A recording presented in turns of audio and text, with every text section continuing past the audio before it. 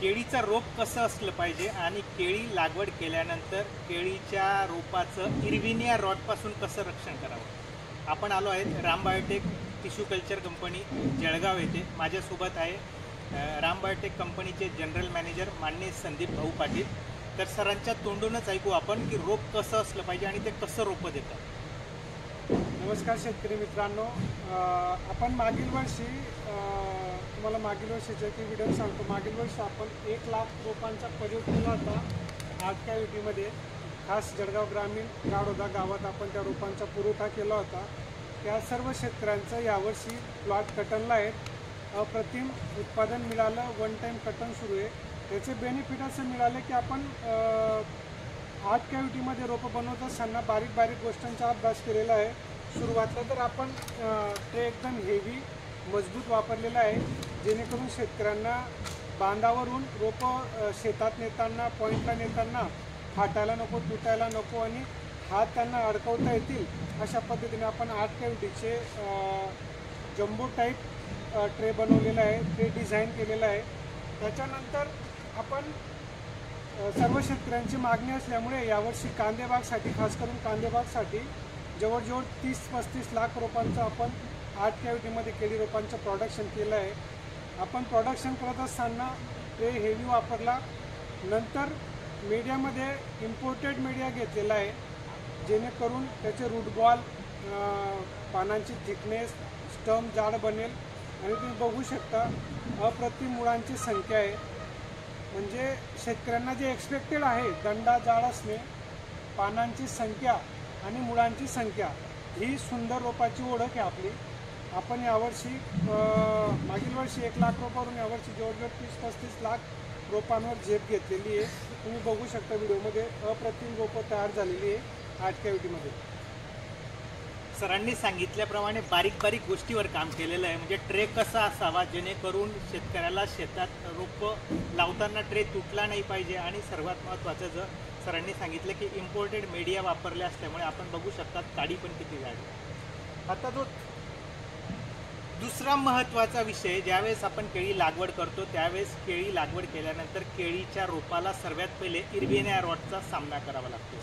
तर आपल्याला केळी रोपाचं इरविनिया रॉटपासून रक्षण करण्यासाठी कुठल्या गोष्टी केल्या पाहिजे? तर सगळ्यात महत्त्वाचं, आपल्या शेतात केळी लागवड केल्यानंतर इरविनिया रॉट असेल तर इरविनिया रॉटचा जो इनॉक्युलम आहे तो आपल्या शेतामध्येच आहे।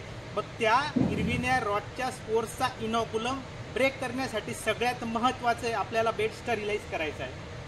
बेड स्टरिलाइज केल्यानंतर ज्यावेळेस आपण रोप लागवड करतो, रोप लागवड केल्यानंतर सर्वात पहिले आपल्याला ट्रायकोडर्मा, सुडोमोनस, त्यानंतर कच्चं दूध, ऊसाचा रस मिळाला तर ऊसाचा रस घेऊ शकतात आणि आपल्याला डेक्स्ट्रोज वापरायचं आहे। सुरुवातीला अवस्थेत आपण जर ट्रायकोडर्मा, सुडोमोनस याचा प्रयोग केल्याने काय होणार आहे, तर ज्यावेळेस इरविनिया रॉटचा इनॉक्युलम किंवा इरविनिया रॉटचं बुरशी ज्यावेळेस केळीच्या मुळापर्यंत येईल त्यावेळेस तिला सुरुवातीलाच ट्रायकोडर्मा आणि सुडोमोनसला फेस करावं लागेल। म्हणून सुरुवातीला चांगल्या बुरशीचं आणि चांगल्या जीवाणूचंच आपण मुळाच्या अवतीभोवती कवच कुंडल तयार केलं तर हानिकारक बुरशी आणि हानिकारक जीवाणूपासून आपण केळीच्या रोपाला, आपल्या केळीच्या बागाला वाचू शकतो। म्हणून सर्वात महत्त्वाचं, केळी लागवड केल्यानंतर आपल्याला ह्या 2 स्टेप फॉलो करायचे आहे। लागवड केल्या अगोदर किंवा लागवड केल्यानंतर सर्वात पहिले आपल्याला बेड स्टरिलाइज करायचं आहे।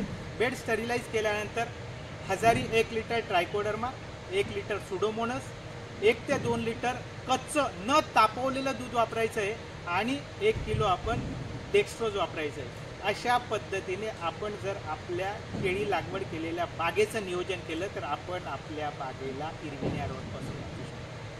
व्हिडिओ आवडला असेल तर लाईक करू शकता, सबस्क्राईब करू शकता आणि शेअर करू शकता। धन्यवाद सर, माहिती दिल्याबद्दल। खास करून ही माहिती आमच्या जे कांदेबागची लागवड असते, जी कांदेबागची लागवडची वर्दळ असते, ती पावसाळा संपल्या असते। तर जनरली पाहण्यात आलेलं आहे की इरविनिया रॉटला भयंकर शेतकऱ्यांना खरोखर फेस करावं लागतं। सरांनी जी सुंदर माहिती दिलेली आहे याचं सर्व शेतकऱ्यांनी पालन करावं, कारण की पर्सनली मी फील्डवर बघितलेले आहेत। सुंदर रोपांची लागवड पूर्ण ड्रिंचिंग असून सुद्धा महिन्याने 15 दिवसांनी रोपांची प्रचंड प्रमाणात मर होते, त्याच्यात पूर्ण प्लॉट लहान मोठा होऊन जातो। म्हणून सरांनी अतिशय सुंदर माहिती दिली. त्या माहितीचं शेतकऱ्यांनी जर पालन केलं, तो तसा यूज करून बघितला, तर आपण एरविनिया, पोगा, सळ, मर, कॉलर रॉटपासून आपण आपल्या रोपांचा बचाव करू शकतो. धन्यवाद सर.